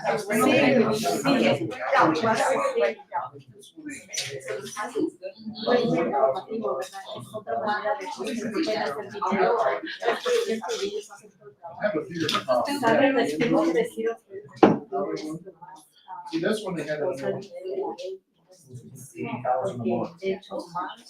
Think about these things. They say, well, I only take $200,000. You might need to- you have about- Think about it. If you say, I wanna do 50, I would do 100,000. So you could scale that number. Oh, I've got a $300,000 house. Oh, 3 times that. What is it? 50,000 is probably the low. Yes.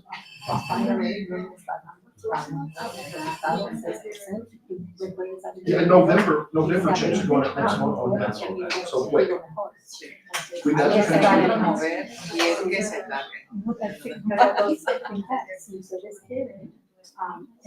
if they wanna sell, they could sell. It's like buying a house. You can just really one into this, you can just really one into that. Yes, it's IRA, that one, we have a lot of that.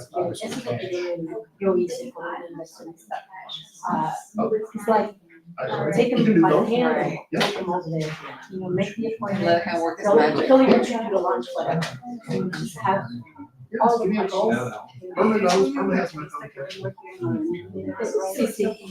The two, yes.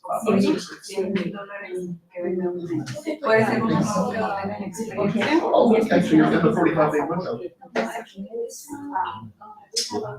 O sea, por ejemplo, una casa no podemos estar sin de Tienes que pagar los impuestos cada año. Entonces, Reparaciones. otra cosa, eso es que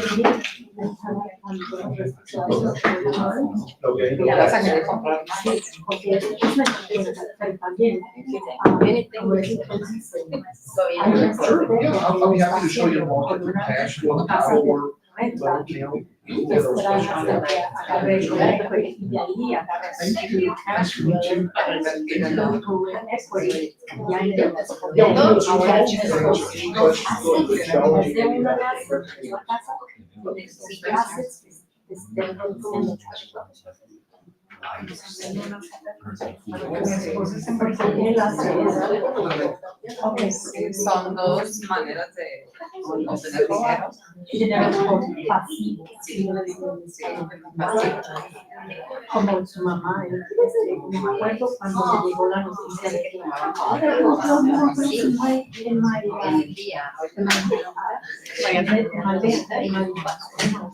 I just feel like, you know, letter from the operator. Well, she had a breakdown and all that. She doesn't know what that means, so she was just gonna get a picture. Desde 500 les fue hasta 43,000. I couldn't believe that.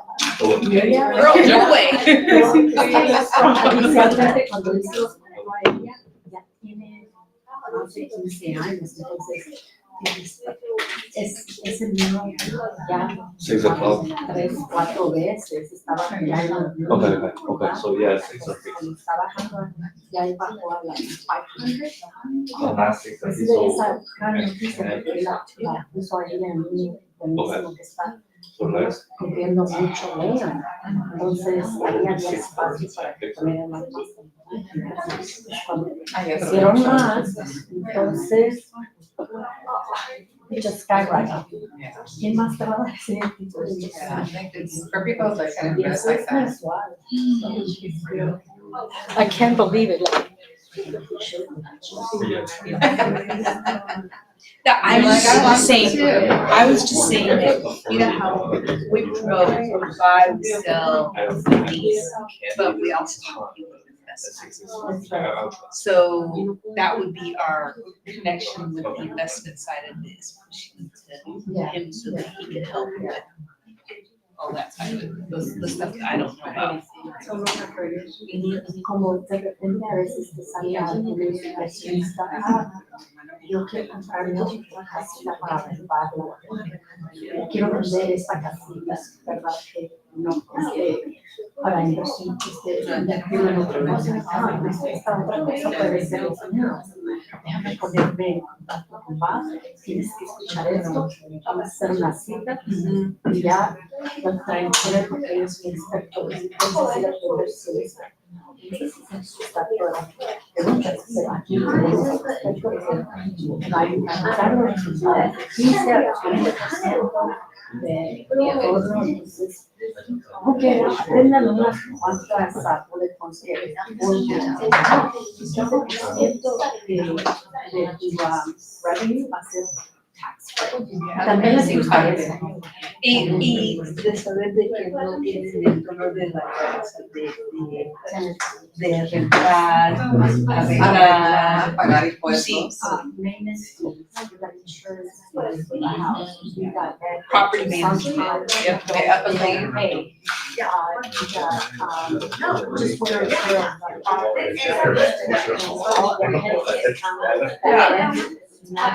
Having to get the constable out there.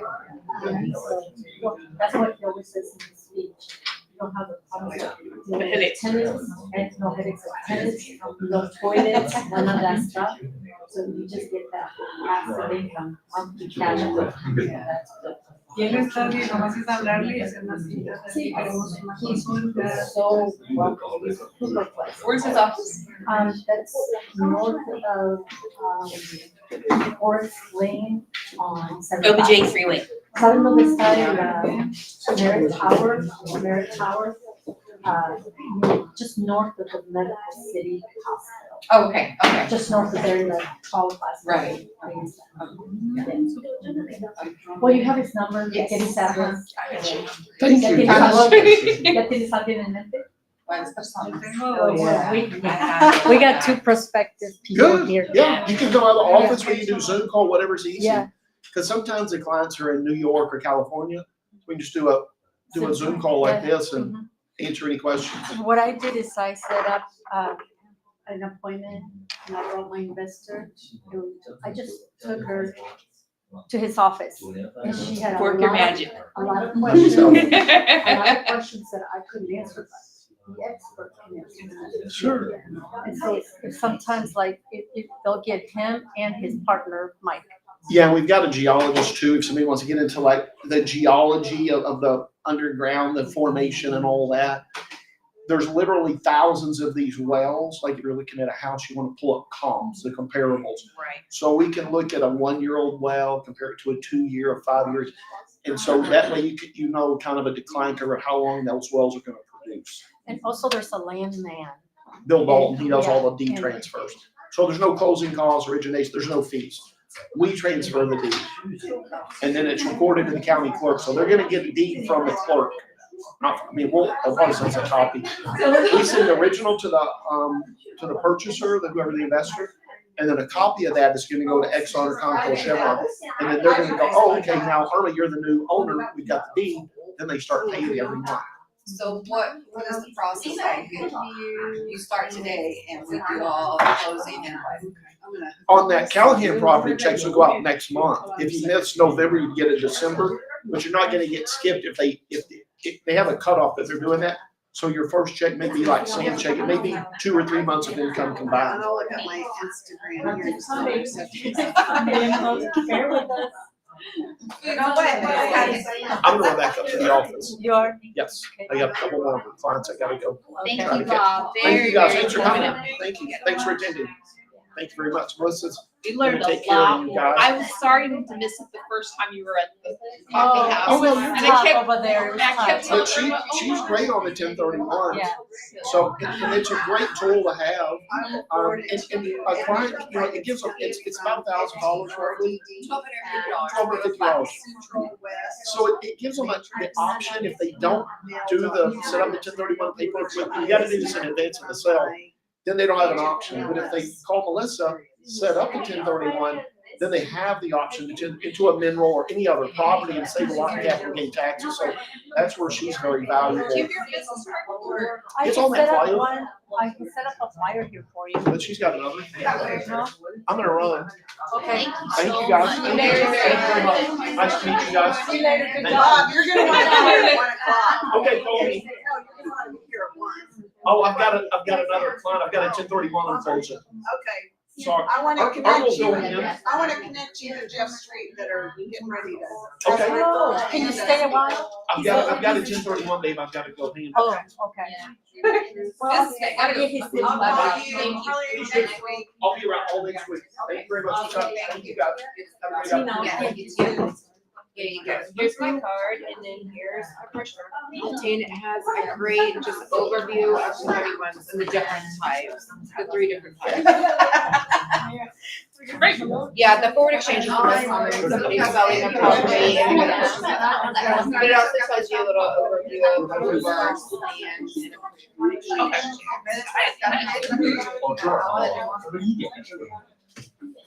That property happens to be one of my listings. Some good takeaways, right? Oh, yeah. Beautiful one story. Super kicker. They like views. In the backyard. We're like spending right now, your kitchen all is, but because of the people that are coming up so far, that's my friend. The neighborhood it is in is located in the city of Yes. Shady Shores. Right direction here. I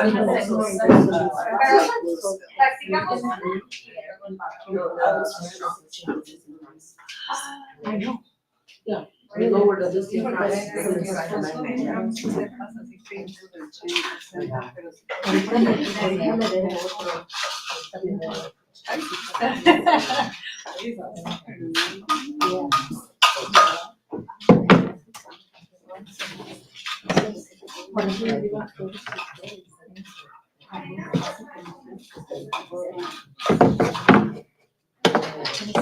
O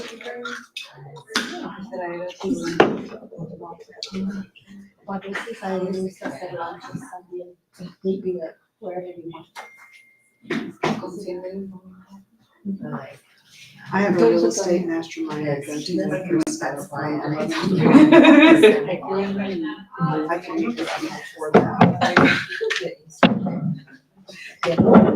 All right, sorry. Oh, no, it's okay. I didn't know you were. It's okay.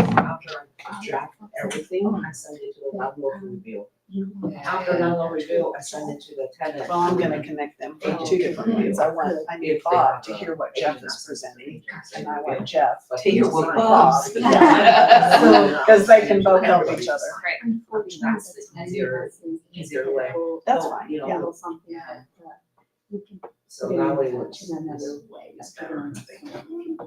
Whatever is easier. So what's the afternoon for them? That wasn't promoted in our. I know, because I had actually set that up for today for 12:30, not knowing that Teresa already had Something else. something coming. Uh-huh. And so then she sent out the flyer and I'm like, oh Yeah. man, because we have SurePath here. Yes. Yeah, and I was like, oh, I want them to hear this, and they're already here on Wednesday, so I'm like, oh, well, everybody's always done at noon, we're gonna have it at noon, and then I found out these people were coming, so we're like, just gonna have Jeff come at 1, he'll be done by 1:30, and then everybody can leave, instead of saying, can you guys come back tomorrow? Right. You know. I think we should just make it happen that for us on Wednesdays, we start our day here and we spend like the whole day here. Because do the power sessions happen every single week? That's probably. There's always the presentation is gonna be shared at 10, and then we're gonna have some type of class or something to add value to you guys in your business, like, you know, you might not run across a whole lot of 1031, but now that you know what it is and what the opportunity, your ear will be more peaked to that. You'll know it's a tool in your toolbox that you can offer that you didn't even know Right. could be at your disposal, right? So. Cause I think That's why last we wanna Wednesday, do what it. was last Oh, Wednesday? yeah. Last Okay. Wednesday It was the roof. the roof. For the ocean. Yeah, we did the same thing. We showed up early and we stayed here all day long. And it really depends on that person's schedule as well, so. Because usually we'll have lunch and then you guys, once you finish the, you know, the power hour, whatever class or continuing ed or us collaboration or whatever is, then you can use that to go call your leads or help you develop, you know, your business or whatever. You know what I'm doing. They need to go and connect with other agents that's really that have been in the industry. Yeah. That's, that's what I was telling everyone, that my brain is like a sponge, I wanna take it all in and Yeah. learn as much as Yeah. possible.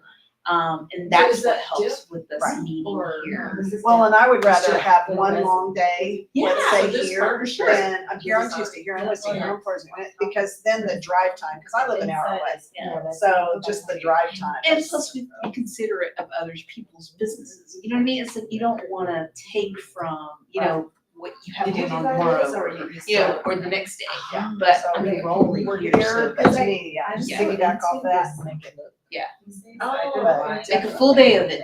Well, so basically what that is then, if you guys have any client that you know has an investment property and they're thinking about selling it, that's when you need to say, hey, have you ever considered a 1031 exchange? Because just like they were saying, most people don't even know that's at their disposal. Right. I mean, they really don't know. They just think, oh, I sell it and then what do I do with this money? Or I'm gonna, or they know they wanna reinvest the money, but they just lost the tax benefits of that sale because they didn't. You can't They weren't sell it aware. and then say, I wanna do a 1031.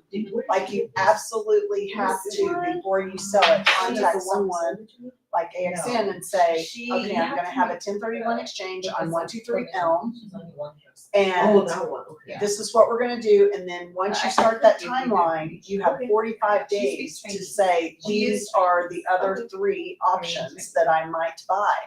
So like your client has to be active and proactive looking, you can't wait till day 44. You don't have to close on them in that day, but you need to be looking, Right. because maybe what they're looking for is a diamond in the rough, it's not like something out there, so they. And there are actually 3 rules. So the one that's most common is the 3 property rule. They can identify 3 properties, doesn't matter what the values are. It could be 100, a million, 500, 200.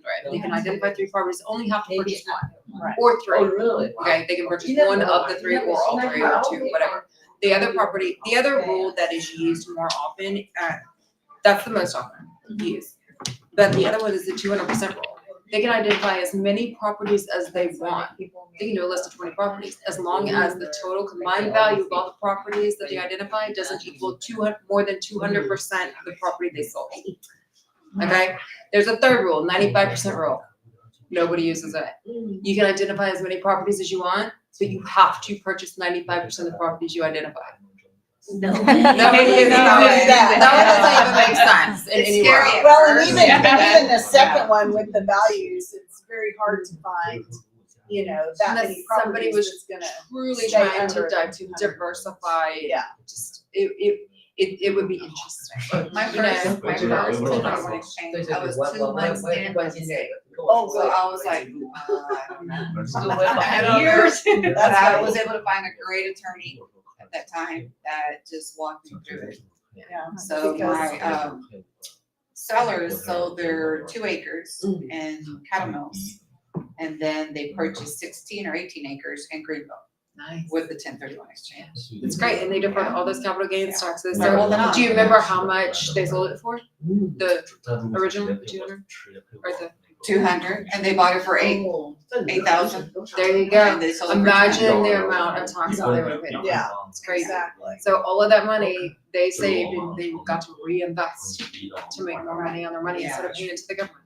And see, those closing proceeds can't come to your seller's account, and then they goes to the new, it has to go into a separate fund that the 1031 exchange company Yeah, the holds. qualified intermediate. It was like, oh my God. And use a reputable one, because there are some out there that are not. I'm just gonna leave it at that. It's true, it's true. And also, I think the beauty of FNX, we're owned by Shattuck, so we're owned by a big company. But I would say we're more on the boutique side, so we do clientele service, which is nice. If you go with one of the really big companies, there are a couple of really big ones out of California. You're just a file number. And you're not, you know what I mean? That's why I don't want people to use like Rocket Mortgage or something like that. I mean, why would you not use a local lender who knows this market, who you can reach on a phone call, you know, rather than a 1-800 number? And they know your name. They know your name. I know all my clients. It's like walking into Cheers. Yes, Yeah. exactly. Exactly, exactly. Exactly. Well, I appreciate you guys coming so much. Very happy to be here. I know, I'm hungry. I'm so sorry. He said he got stuck in traffic. We So should Jeff hire. will be getting here. We should hire him at 12 instead of 12:30. I'm gonna get this plugged in and ready to go. I wonder what Daniel is. He's coming back. There's Milberto. Yay! Yay! Oh, I'm good. Thank you. We were about to knot on our arms. Well, you know what? I was out back. You just know me. I was cooking. This is all not. Ah! I apologize. Likely so. I'm a little rusty. It wasn't like 75 was traffic. Thank you so much. Aren't you gonna chat? No. Let's eat. Yeah. I'm good. I'm with Cambridge Insurance. She's my awesome friend and partner. Follow her because I follow her. I know, but we're gonna promote you a little while You're you're here. very kind. Thank you. No. Do you have FNX any cards? is the thing. I've got a doc card, but let me bring my. Thank you. Y'all are very kind. Me too. In this car.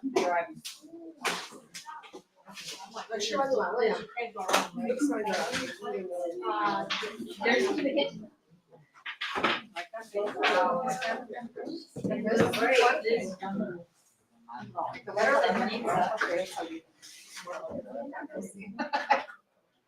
Ya dame mi lección, voy a traer un cartello.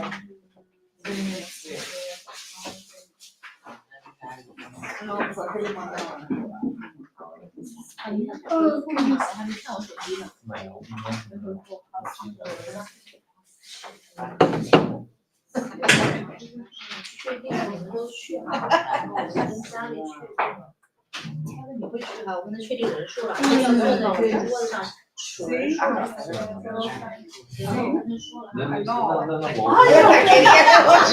Macarena. La Macarena.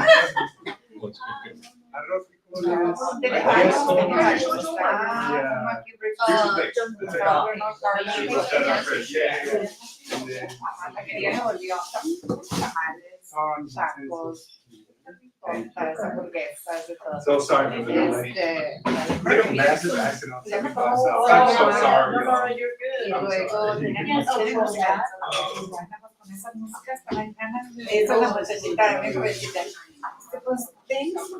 Yo le hablo cacho.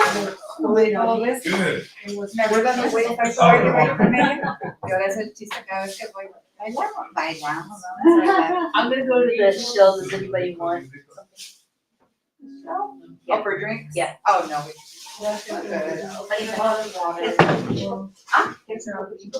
Yes. You want to go by yourself or you want me to? Girl, I got you, man.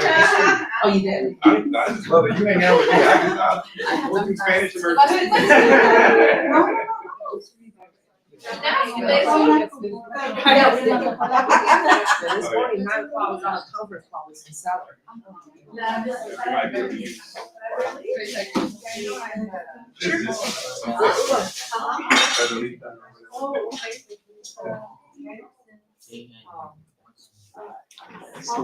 can take that down.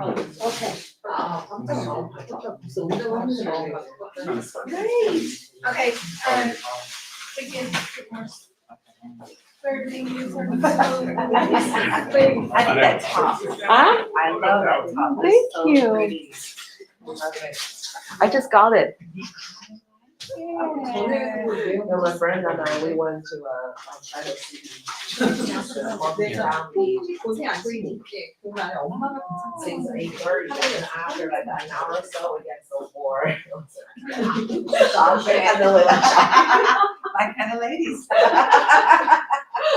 I love something too. Where I got, oh, what, Northstone? Northern? Yeah, right, yes, that's my favorite. Yeah. They have They have a good selection, but you know, each, like the one in Frisco has, I think it has a better selection than the one here in West Plano. So there's one in West Plano, off of, Alright. Preston. Yeah. We don't go there very often, but we can go to the first Yes, one. the Frisco one. Oh. So we just go to that. Yeah, yeah, I like An hour that. and feel. Let's go. Yo, start making things, guys. Okay, Alright. Aprovecha, aprovecha. Good. Yeah. Just a little bit, right? They got it.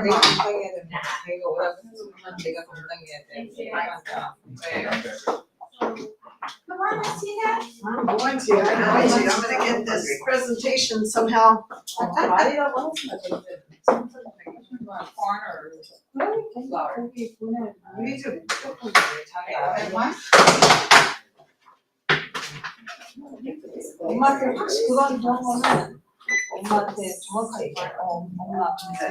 Okay, so that one's on. Oh, yay, Jesus. Thank you so much for having me. I Of course, appreciate it. of I have course. to head to Austin. I have Oh, a bummer. meeting in Austin tomorrow. Yeah, I was really hoping you guys were gonna be able to be here for this for a few more minutes. Just crazy, ridiculous schedule. And while I was sitting here talking, there was a client called 3 How you times. doing? I didn't say this was a new client, and I seen the email come through. I've tried calling those. Chips is off. Or chips sitting. Oh, My bad. It always rains. I know there was something I was. My card. I have got yours. Hey, of course, thank you for having me. That was awesome. Oh, thank you. Any questions you have, any clients you have, you can call me, ask questions, you can for them, I'll answer questions. Okay. Just remember, anytime you client, you know it's a property, you're adding so much value to them. So have you thought about it? Happy to be here, man. A lot of just people that own 1 or 2, they don't know about dividend exchanges. The people that are really benefiting from it are these big commercial guys that are 12. So, you know, but it's made for all of us. If I own one single property, definitely gonna help build my wealth by government taxes and putting all of my money into the investment. So it's a huge value you can ask. And I was a realtor for over 2 years. And I'm so you bring my back. You know, as a realtor, I think it really adds value. Yeah. Just getting back into a lot of years. I tried to get myself with me too, back into it, and I'm trying to find variation. This is very attractive. He's doing, It's great. So I was oh, your cousins, and they're like. But when I got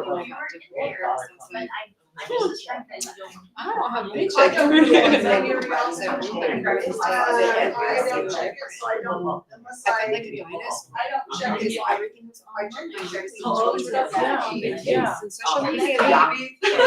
I took on an act real estate, and that's how I got. Yeah. And he's like, I am ambitious, I love this. And, yeah. And so I fell into related, but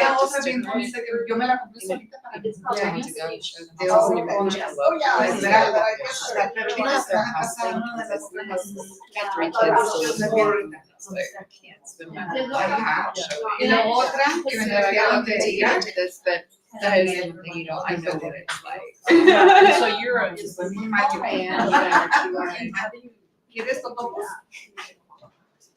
You know what, the funny thing is, there's not a whole lot of regulation. So it's really fun. And next, they're only talking about the same thing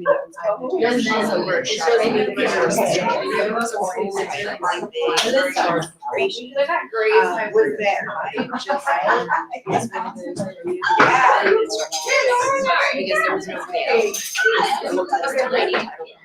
Actually, Yes, ma'am. and they had nobody in there. Like, we were real estate expensive. Yeah, but. I'll just make sure you have